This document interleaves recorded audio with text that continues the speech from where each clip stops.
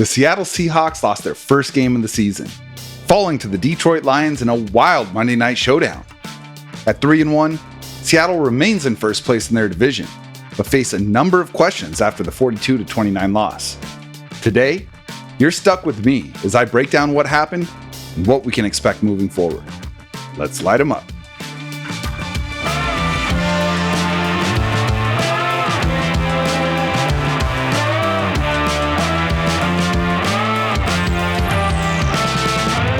I'm Jackson Bevins, and this is Cigar Thoughts. Welcome back to the Cigar Lounge. I am Jackson Bevins, and although I'm without my rapacious producer, Mike Barwin, this is the Cigar Thoughts podcast, and we're doing excellent today, even after the loss.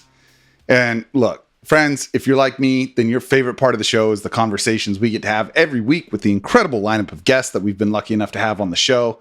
So I apologize in advance because today it's going to be a whole lot of yours truly. And honestly, I am kind of excited because although this was the Seahawks' first loss, that Monday night affair against the Lions was by far the most entertaining game they've played this season. And fear not, next week we have a guest joining us that Mike and I have wanted to have on for 2 years now. So stay tuned for that. But first, I want to remind everyone listening that Cigar Thoughts is proud to be sponsored by Seattle Cigar Concierge and Glenfiddich Single Malt Scotch Whiskey, two companies whose products I enjoy on a regular basis.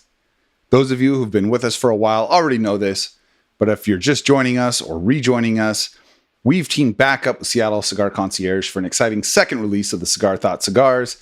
They are the Cigar Thoughts Red Zone series, which combines a robust taste profile with the smooth Connecticut wrapper, and will be available to purchase using the link on the show page for the same discounted price of $149 for a bundle of 10 stogies that you're used to with the Cigar Thoughts Originals. In fact, I just was out on the golf course last week with a handful of buddies, and one of them, I can't tell you how many times I've heard this, I offered him a cigar. He's like, yeah, man, I've had them, and they're just not for me. And I was like, do you remember what kind you had? And he's like, I don't think they were anything special. I said, all right, look, try this, have a few puffs, tell me what you think.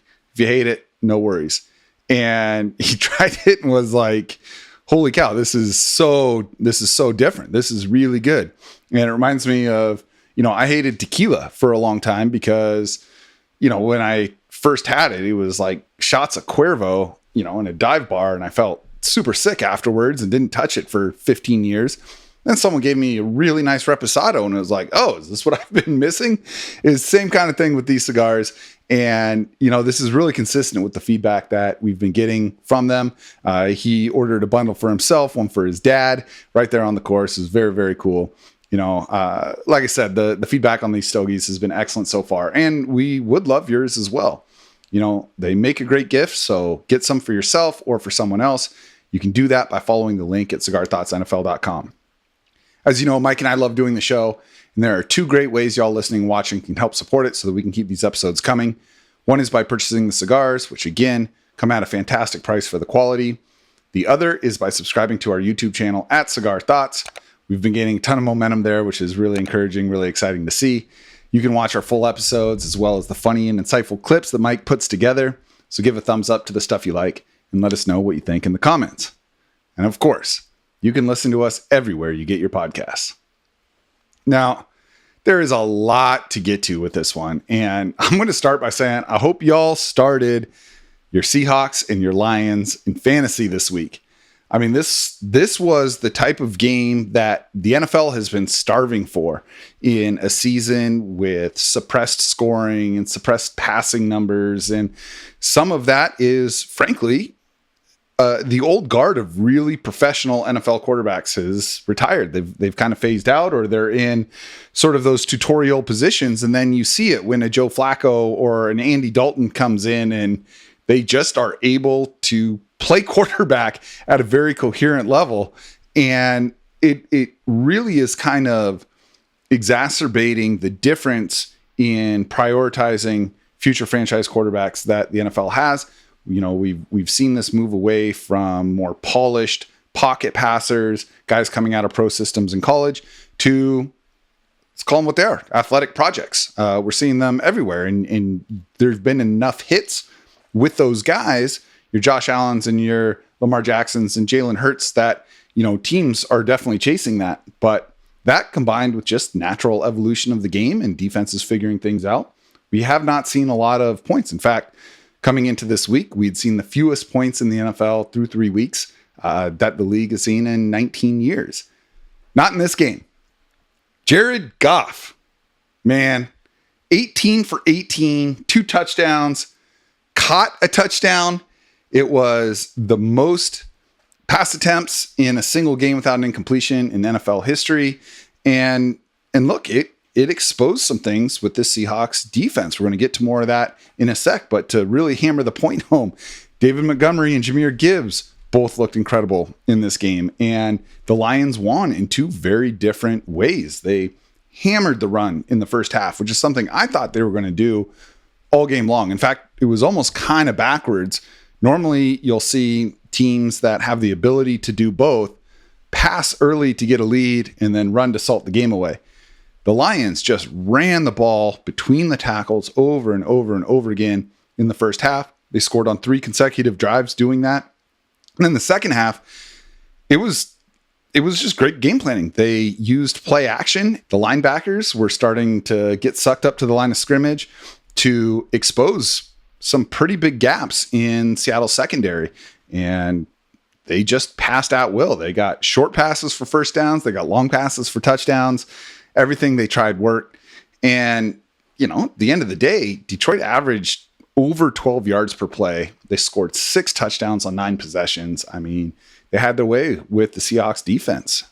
And it's tough because, there was so much talk about, well, is the Seahawks defense really that good? Because statistically, they were top 5, top 3, in some cases top 1 by almost every metric and grading system.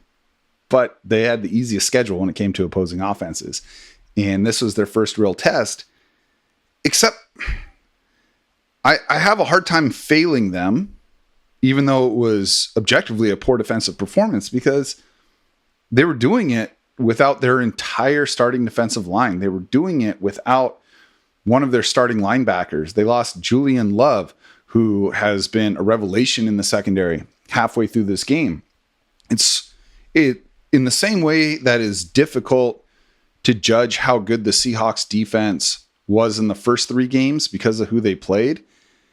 It's almost equally tough to judge them based on how they played in this game because they weren't even close to full strength. And I get it. Every team has injuries, but this is severe when it comes to that. And one of the hallmarks of a Mike Macdonald defense is the ability to generate pressure without needing to blitz a lot. And when Leonard Williams and Byron Murphy and Boye Mafe have been out on the field, they've been able to do that, which is allowing Seattle to keep 6, 7, sometimes 8 guys back in coverage and still know that they're going to get the requisite pressure up front. Well, they didn't have any of those guys. And as a result, I think you saw Macdonald try and press the issue a little bit. Seattle had been blitzing at a bottom 5 rate in the NFL through 3 games, and they were bringing it from all angles. And I don't think it was because Macdonald necessarily wanted to blitz or because he thought, this is how you beat the Lions. Although I will say Jared Goff has one of the biggest deltas in performance of any quarterback in the league between clean pocket and being pressured. So, every quarterback is worse when they're pressured, but that gap is bigger with Goff than it is with almost every other quarterback. So I get that. But the blitzes weren't getting home, and Detroit kind of saw them coming. And as a result, Goff was able to do basically everything he wanted. So, I'd love to sit here a month into the season and say the Seahawks defense is good or the Seahawks defense is bad. But I don't think that I can honestly say that. I don't think I can give an honest accounting of this defense yet, because I need to see them with at least 2 or 3 of those missing guys out there against a good offense in order to say, okay, this scheme is either working or has a chance of working, or they've still got a long way to go. That said, I don't want to let them off the hook. giving up 6 touchdowns on 9 possessions is just bad, no matter how you slice it, no matter who you're playing. So Macdonald said it after the game. That's not who we are. He didn't seem overly discouraged by it, but clearly not happy with that. There's no reason at this point not to trust his ability based on his track record, based on how good the defense looked in the first few games of the season.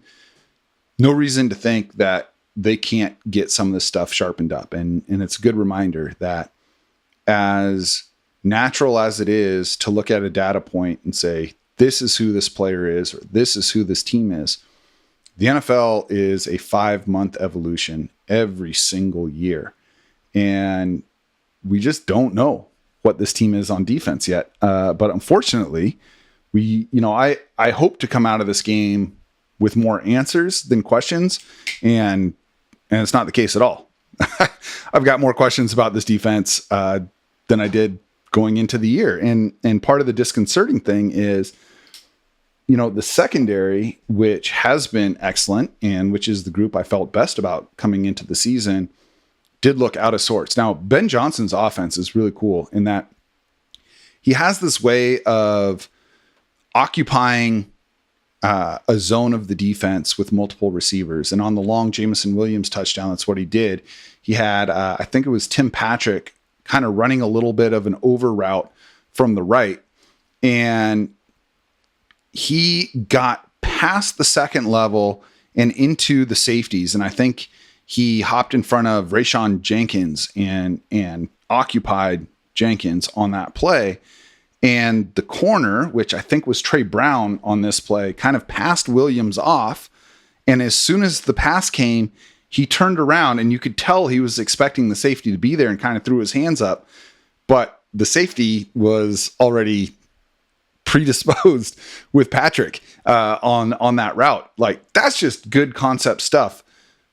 But it's also things that, as the season goes on, this secondary needs to be able to identify and react to in real time. That play had nothing to do with the fact that the entire defensive line was hurt. And that wasn't the only one. There were a couple of other plays where it's just like, these guys are not communicating or reacting as tightly as they need to be in order to stop some of the high-powered passing offenses that are in the NFL. And beyond that, we saw them miss tackles in a way that they haven't in the first 3 games of the season. Part of that is that the Lions have some really difficult to tackle guys on their team. David Montgomery is a tackle-breaking monster. I mean, his metrics are sensational in that regard every single year. Jahmyr Gibbs is already proving to be one of the most elusive backs in the NFL. Sam Laporta, obviously a very bright young talent at tight end. And Amon-Ra St. Brown is kind of in that Debo mold when it comes to receivers who are tough to get on the ground when they have the ball in their hands. And with the Seahawks, the one thing that I was happy to see was this wasn't a lack of willingness. This was not the Seahawks of the last couple of years where it felt like they were almost hesitant. It felt like they kind of tackled timidly. That was not this. The Seahawks were out there throwing themselves at these guys, but they weren't finishing the job a lot of times. They came close to sacking Jared Goff a lot more than the 3 that they got and couldn't quite do it. They had a number of missed tackles in the open field. That's a new development. So that stuff's got to get cleaned up.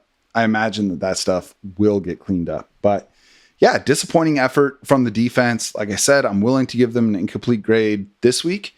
But, once Williams and or Mafe and or Murphy and or Nwosu are back, those excuses kind of go out the window. So we need to see something better moving forward if this team is going to continue on the trajectory that they've kind of got us hoping they'll be on.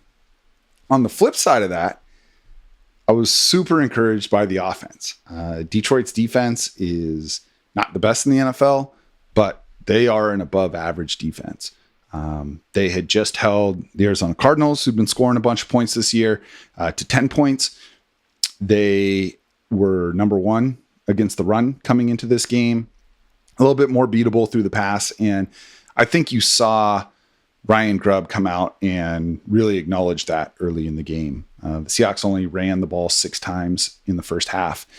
And it's because they were attacking through the air relentlessly. And I honestly, given the matchup and given the realization I think they had that they were probably going to have to score a lot of points to win this game, I don't mind it.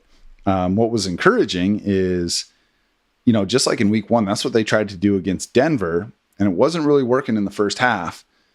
They were able to, even though they were down at the half, switch to emphasizing the run in the third and fourth quarters and then open up the offense that way. They were able to do that again in this game.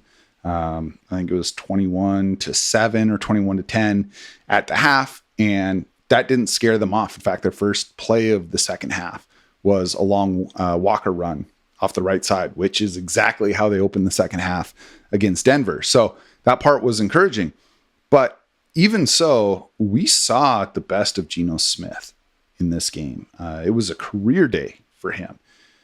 I mean, look, he threw the ball 56 times. He had like 63 total dropbacks in this game. But Detroit knew that. And Detroit had one of the most prolific pass rushers in the game coming at him all game long. And still, he stood in there. He avoided sacks. He maneuvered the pocket. He completed 38 passes for 395 yards in that game. He added another 38 on the ground. He played like an elite quarterback in that game. And I don't know that any performance was going to be enough to overcome what Seattle had to do, given the gap between Detroit's offense and Seattle's defense. But the fact that it felt like Seattle was in this game to the end was super uplifting for me, because this could have gotten real ugly real quick. This could have turned into a game like they had against the Ravens last year, where Seattle came in. I think they were 5-2 at the time. And, the Ravens were 5-1. It was like, hey, here's game of the week. Here's a showdown. And it became very clear early on that the Ravens were the better team and Seattle folded. That's not what happened in this game, even though it very easily could have. They stayed aggressive and they stayed really efficient throughout the entire game. And that was really awesome to see. And look, I mean, every week, I wrote about this in the article after the game. Every week, we're seeing the scales fall from the eyes of more people when it comes to Geno Smith. There's still so many out there who are married to this idea that, you know what, Geno, he's just a journeyman backup. This is kind of a fluke. He's not really that good, because if he was, he would have been starting all this time and yada, yada, yada. Well, I can't speak to all those years where he was a backup. What I can't speak to is what he's done as Seattle starter. And again, he was under an insanely high pressure rate. Mina Kimes tweeted out that his average time to throw in this game was 2.36 seconds. That is an insanely short period of time to be able to work through your progressions and deliver a football, much less do it with the velocity and accuracy that he showed. So really, really, really happy with how he played. If anything, I come out of this loss feeling even better about the Seahawks offense than I did going in.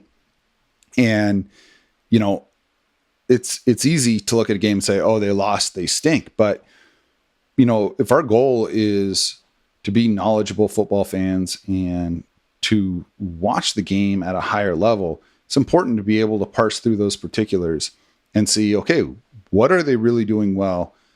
Where are they succeeding? What are they struggling with? Where are they failing? And right now, I don't think they're doing anything better than the performance that Geno Smith is giving them at the quarterback position, which is huge for the trajectory of this team, not only this season, but I think Geno Smith is earning his next contract in Seattle with every passing game.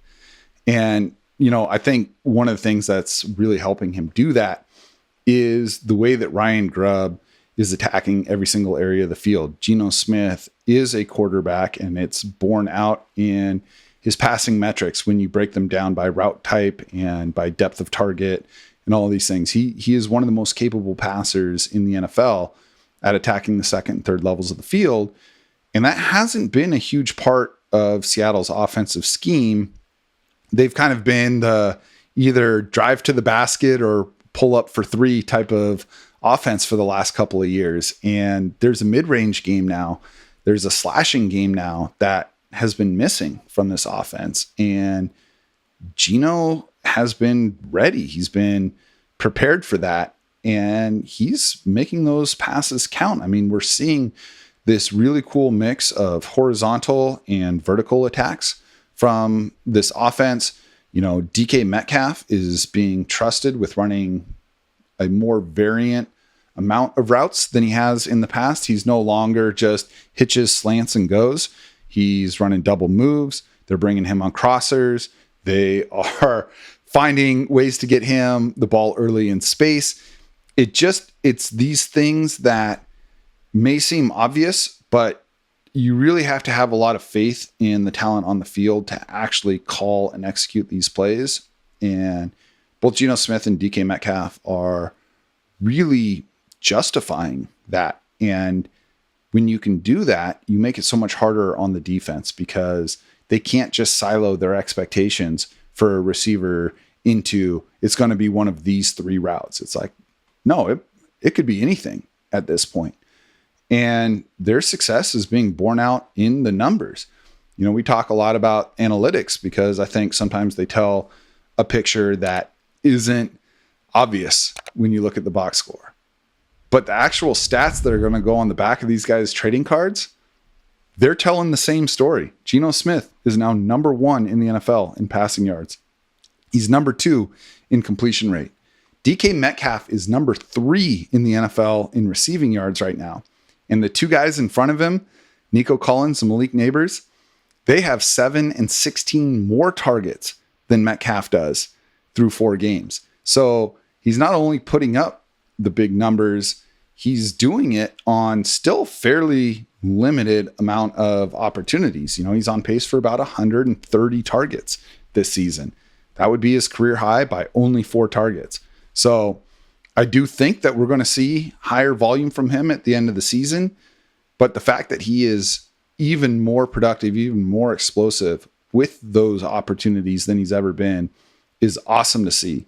And then next to him, you've got Jackson Smith-Njigba, who just continues to earn bigger and bigger parts of this offense. You know, Metcalf led the team with 12 targets on Monday. JSN had 11. JSN has 25 catches this year. That is one more than DK Metcalf. He leads the team. You know, the yardage isn't the same. His 8 catches were 51 yards. And a lot of that is he is being used as safety blanket when pressure is getting to Geno Smith. And his average depth of target is higher than it was last year. How could it not be? It was like insanely low last season. But that was by design in 2023. That was a bunch of bubble screens and quick dump offs and things like that. It was boring. It was unimaginative. What we're seeing this year is Smith-Njigba developing that instinct, that rapport with Smith where, okay, I'm running my route. It's not there immediately. Turn, find my quarterback, figure out what he needs, and get to a place where I can give him that. And that's what he was doing throughout this game. And frankly, those numbers would have looked a lot better, or at least a little better, had his big 4th down conversion in the 4th quarter not been called off with, well, we'll get to that, a pretty ticky-tack call against Tyler Lockett. So seeing his development has been great as well. I'd love to see the offense start using him like down the field. I mean, like deep ball type stuff. 1, because he showed that he could do that in college.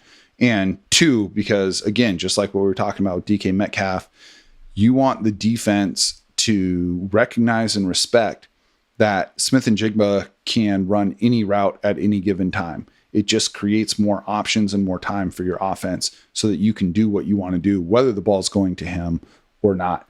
Some other cool stuff that I saw Grubb doing, you know, on AJ Barner's touchdown. That was a really cool misdirection that they had. I think they were in 13 personnel at the time. And I think even the receiver that was on the field, it was Bobo. You know, it was just a bunch of big blockers out there.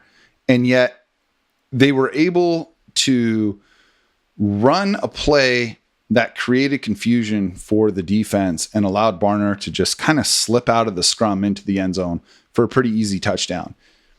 There was another play where, again, I don't think they had Lockett, JSN, or DK on the field, and they had Laviska Shenault in the backfield, and they ran a really cool slip screen to him. And it's just like, it's awesome because when we used to see those kind of sub packages on offense, it was like, okay, these guys are in because they're running. And 95% of the time, it would be a run play. And it's like, okay, they're choosing this play or these couple of plays to give the receivers a breather, but they're not going to risk anything. They're just going to run the football, and the defense knew it. That hasn't been the case with Grubb so far. They're doing some really, really cool stuff, even when they have to give DK and Lockett and JSN some oxygen on the sidelines. And so that part of it is really cool for me. And then Lockett, for his part, it's not like he's become irrelevant. I think we're seeing JSN pass him up on the pecking order, which is something that we predicted coming into the season. We're seeing it come to fruition even earlier than I thought, but he's still making it happen with the opportunities that he's being given. He had 5 catches for 61 yards in this game. That's meaningful contribution on a night where the offense needed everything they could get from everyone on the field. So yeah, a lot to really like with the passing game. And then look, what Zach Charbonnet did in Ken Walker's absence was impressive. He displayed all of the things that make him the type of running back, like we've talked about on the show, that coaches really like. He will get what's blocked for him plus a yard or two almost every time. He is great at identifying the free rusher in pass protection. He's a very willing blocker. He'll catch everything that you throw to him. He's just a guy you can trust out there. But make no mistake, this backfield belongs to Ken Walker. And coming off of an abdominal injury, which is typically the type of injury that you kind of like slowly work a guy back into when they're coming off of that. Not so in this game. This was the Ken Walker show. And while the production, 116 yards on 16 touches and 3 touchdowns, was impressive, the way that he did it was even more so. It was a fireworks show from Ken Walker. He looked like an elite, top of the line running back throughout this game. It started with what may end up as the broken tackle of the season, where he was in the left flat and he got pulled down and he kind of somersaulted over the defender and then somehow got his feet down before his ass hit the turf, which kept the play alive. But then he like backflipped from that position back over the defender. At no point did anything but his feet hit the ground. And the force generated by that broke the grasp of that defender, and he was able to pick up a first down. I mean, you guys all saw the highlight. It was incredible. I'm trying to remember if I've seen something like that. I've certainly seen plays where, a running back gets taken to the ground and then he lands on the defender and the defender kind of lets go because he thinks the runner's down and he's not. And the guy gets up and runs. We've all seen that. This was not that. And then, like I mentioned earlier, he had that first run to open the second half where there wasn't a lot of time or space to get between the right tackle and the right guard on that. But he was through it in a blink and then beat the linebacker to the edge, beat the corner to the sideline, and was able to pick up a huge gain. His 3 touchdowns in this game all displayed a different aspect of what makes him so special. His first one was when DK had his touchdown overturned. I think it was in the second quarter, and they ran a dive up the middle and there was nothing there. And Walker does this thing when he changes direction. It's like a strafe move. He plants one foot and then in like one step, he's 4, 5, 6 feet out to the right. And he did that on this. And you could tell the Lions defense, even the guys who had contained, just weren't prepared for it. And he was able to easily win the race to the pylon. His second touchdown was just an old school, head down, push through the pile, keep your legs moving until you're in the end zone type of touchdown. And then his third one was something completely different, where he had the ball, got the ball on the left side, got to the second level, put his foot in the ground, changed direction, got over 20 miles an hour while running horizontally, which you almost never see in the NFL, beat every defender to the other sideline, and got to the end zone. I mean, he is winning in so many different ways. If there was one knock on him coming out, it was that he wasn't much of a receiver. And the question was, well, is that because he can't do it, or is it because Michigan State never threw to their running backs? Well, it's looking like the latter, because he has been a major plus in the receiving game. He had 4 more catches in this one. So he's doing it all. I mean, outside of the blocking, this offense is clicking on every other cylinder. And we are starting to see improvements up front. And even though Geno was dealing with a high pressure rate again, over 60 dropbacks, he was only sacked 3 times. I thought we could see a 4-sack game from Aiden Hutchinson, who came in averaging more than 2 sacks per game.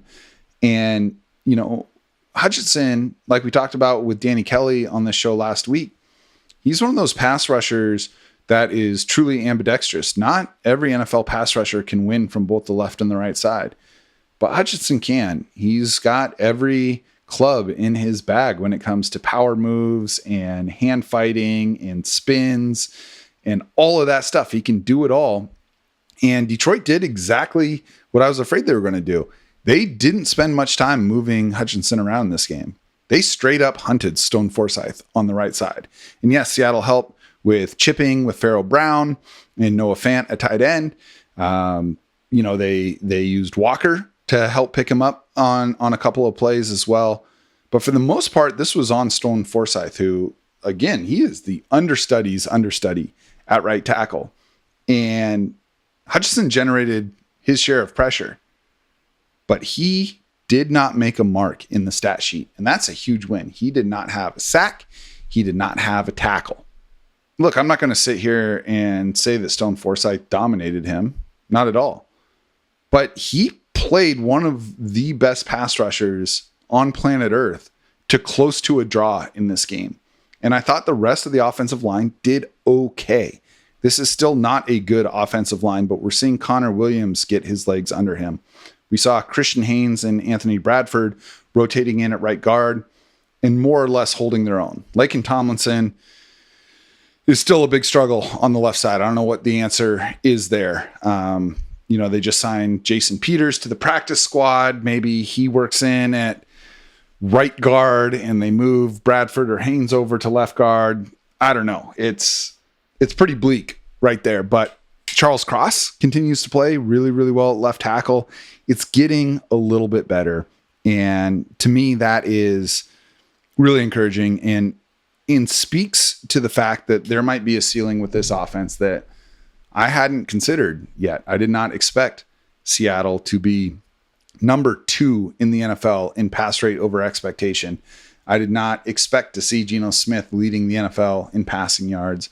I did not expect to see Ken Walker and Zach Charbonnet both in the top 5 in rushing touchdowns, despite each of them basically only playing 2 games. It's really encouraging stuff. It's wild because for as often as Seattle is passing, they're still 3rd in the NFL in rushing touchdowns with 8 in 4 games. They are showing the ability and the willingness to win on the offensive side of the ball both ways. And that just gives you more options down the road. So lots to be encouraged about on the offensive side. It's not to say this is a game without mistakes. You're not going to play a perfect game and lose. And sometimes you can play an imperfect game and still win. Seattle had to be pretty close to perfect in order to pull this one off. And look, like we talked about, the tackling was not great. The missed communication in the secondary was not great. DK's fumble was the biggest play in the game. And look, y'all know I'm a huge DK Metcalf fan. I think it's kind of silly at this point not to be, but he's not a perfect player. And, for the evolution that we're seeing in his game, we talked last week about how we're starting to see him get more consistent with coming down with contested catches and these sideline catches. I mean, hell, his first catch of the game, that pirouetting sideline toe tapper over a defender, was insane. We saw him high point that ball along the sidelines in the Dolphins game last week as well. He's doing that stuff. He's still committing a lot of penalties. Again, it's kind of cost of doing business with a guy like DK Metcalf, but it's like one a game. Don't love that. He had another one Monday night with a holding penalty. And then there was that fumble. And I'm of two minds with it. One, you got to hang on to the football. You just have to hang on to the football. And I think they were down 14-7 at that point and were driving. The offense was looking good. They had a chance to go down and either tie the game or get it within 4. And instead, the ball got punched out. Detroit returned it almost 50 yards and set up a pretty easy touchdown drive themselves to make it 21-7. And then from there, the teams basically traded scores. And Seattle never really had the ball with the chance to take the lead really at any point in this game. And the turning point for that was the Metcalf fumble. On the flip side, that's only a fumble for DK Metcalf, and not because he lacks ball security. It's because every other receiver in the NFL would have been down long before that 5th defender got there to punch it out.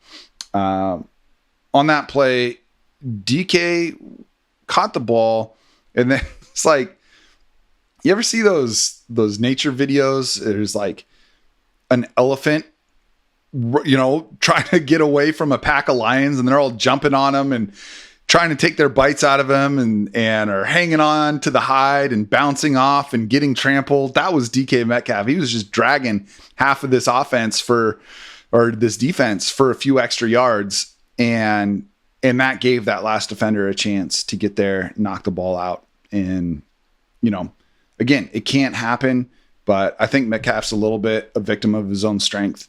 And he's a lot of things. He's a lot of really wonderful, amazing things that you want in your wide receiver, especially your alpha, but he is a brute, and sometimes his brutishness costs him. And that fumble was a big example why. So look, this was not a mistake-free game.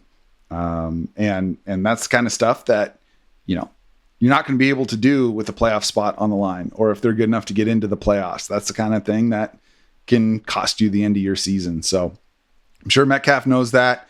I'm sure he's not making any excuses for his fumble, but you can't have it, especially in a spot like that.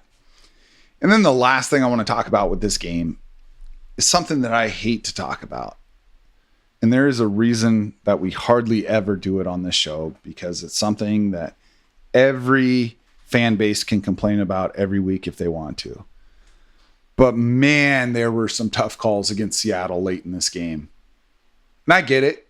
There were calls that went both ways. But in high leverage situations, it was really, really difficult to see Seattle get some of the calls and some of the no calls against Detroit that we saw. And you just can't tell a complete story of this game without acknowledging it. I mentioned Tyler Lockett's offensive pass interference call. Was it technically by the letter of the law offensive pass interference when he ran forward and collided with a couple of Lions defenders to free up JSN for the 4th down conversion? Maybe. But the announcers are saying, he assumed a blocking posture. He didn't at all. He was running his route, and he is entitled to run his route and be given that space. And even if it is a letter of the law penalty, this is something I can say with all honesty, that even if roles were reversed and it was Seattle on defense, it's not a call that I like to see, because all week long, the players and the coaches are killing themselves preparing to play football. And the thing that drives the insane financial growth of this league is the fact that you and I sit down to watch the game. And when we sit down to watch the game, we want to watch football. We do not need to see that flag get thrown there. It was not anywhere close to an obvious penalty. That's just a pure swallow the whistle. It's like you could call holding on every single play, if you want to. If your only goal was to call every tiny thing that you saw, you'd hardly ever see a play get run in the NFL. And frankly, we're starting to get dangerously close to that. At some point, you need to let the spirit of the game happen. It's why there isn't holding called on every single play. It's why there isn't pass interference called on nearly every single pass. It's why traveling in illegal screens and fouls going for rebounds aren't called every single time in the NBA, because if you do that, you don't have a sport to watch anymore. And then, okay, you're going to call that pass interference? Well, you sure as shit better call DK Metcalf getting mauled in the end zone as he's waiting for a pass to get there, pass interference as well. And they didn't. And it was like, well, it's okay. It was offsides. It was a free play. So, you still got the penalty. It's like, no. That makes a 1st and goal from the 1 with a team that is trying to make up ground late in the game. That's huge. I mean, we tweeted it from the Cigar Thoughts account, a video of that replay. And it's so absurd that if you're going to call the really light contact pass interference, you absolutely have to call the obvious contact pass interference. I mean, Metcalf is sitting in the end zone waiting for a ball to come to him, and the defender just ran through him before the ball was even on the screen. So that was frustrating. And then DK overcame a called defensive pass interference on the first 2-point try and still made the catch. And it was another really impressive sideline body control, soft hands catch. And it was like waved off and it was like, oh no, it's okay. It's defensive pass interference. No big deal. And then replay shows it. And it's like, but hang on. His whole leg from the knee on down was in the painted grass with the ball clearly in his possession. That is absolutely a good 2-point conversion. And the NFL even said afterwards that should have been overturned in the moment. And they didn't even do it. So you start stringing all those together and it takes some of the shine off of what was an otherwise really fun and entertaining game. And I'm not saying that those calls are the reason the Seahawks lost. I think the Lions were the better team. But what it did is rob some of the drama, some of the excitement from a game that deserved to end based on what the players on the field are doing, not based on how the officials are calling it. And again, I don't think the Seahawks win, but if those calls are right, then it's at least close enough that we have a very tense, very dramatic end to that game. And when you're in that situation, who knows what happens? So that part was disappointing for sure. But it's the game, and Seattle has benefited in big moments from some bad calls as well. The stuff tends to even out in the wash. It is just a bummer. They're still 3-1. The Seahawks are still in first place in the NFC West. And do I think they're the best team in the division? No, I don't. I still think it's the 49ers. And in 10 days, we're going to get a chance to see those two teams go against each other. But they do feel to me like a true talent 3-1-ish team. They don't feel like frauds or a fluke. They feel like a pretty good team that I think still has room to get a lot better, especially as they get healthier. And during the game, I was texting with someone in national media who was saying that they've got a friend who works in game management for an NFL team. I was texting them and saying how perfectly they thought Macdonald was handling things in this game. I mean, the timeouts, the clock management, he's not giving away timeouts or challenging things he has no chance of winning. There just seems to be a real understanding of leverage when it comes to using the clock and using your timeouts and using your replays. The way that they play called plays based on clock situation, I think was really impressive as well. And there was one instance in particular late in the game that really stood out to me. And it's something that, ultimately didn't change the outcome of the game, but it increased Seattle's chances of winning. And it was a small thing, but it was just an example of really optimized coaching. And it was when Detroit took over, a little bit more than 2 minutes left in the fourth quarter. They had just stopped Seattle at the goal line. and Seattle had 3 timeouts left. And I think in the past, they would have been happy to just let the Lions run a play, go to the 2-minute warning, and keep all 3 of their timeouts. And it's funny because this is something I remember arguing about with my dad years and years ago. He couldn't understand when coaches would call a timeout right before the 2-minute warning, saying, you're only saving 3 seconds. And it's like, I totally get that. Like, if you're zoomed in on just that, yes, you've saved only 3 seconds. It seems like a waste.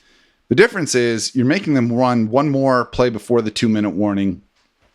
And then after their next play, you've saved those few seconds. And that's what Mike Macdonald did here. He called a timeout with 2 minutes and 2 seconds left or something like that. And it was, I think, 2nd and 11, and the Lions were on their own 2-yard line. And he called that timeout. And what that did is it created essentially a free run pass option for the Lions. The Lions opted to try and pass the ball to put it away because the clock was going to stop regardless. So an incomplete pass doesn't hurt you. Well, as a result, Goff dropped back into his own end zone and tried to end the game with what would have been his 19th consecutive completion. Instead, he got sacked for a safety, which put the ball back in Seattle's hands, plus the extra few seconds.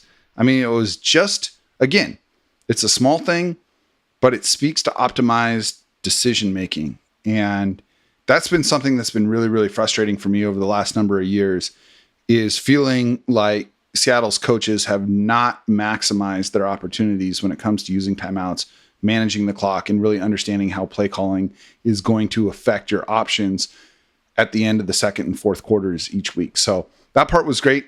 The one quibble I do have, it's more than a quibble. I was actually pretty bummed to see Macdonald choose to punt on 4th and 3 from the 50-yard line in the first quarter. The analytics models are going to tell you to go for it. That's all based kind of in a vacuum on a large sample size of, what your chances historically are of converting that, and how converting it helps your chances of winning versus not converting it hurts your chances of winning. But in a game like this, where I think it was pretty obvious you're going to have to score a lot of points, punting from midfield with only 3 yards to go, when you've got an offense I think you can really trust, that one was disappointing. So, that's the one thing that I kind of wish was different. But other than that, I do just want to point out, it feels like Seattle's coaching is really taking advantage of all of the edges. And over the course of 17 games, that adds up. And there will be games where that decision-making makes the difference between a win and a loss. So really, really cool to see there. All that being said, we're not even a quarter away through the regular season yet. There is still so much ahead of this team, and they've got to turn around. They now have back-to-back short weeks. They've got 6 days instead of 7 in between this game and their next one.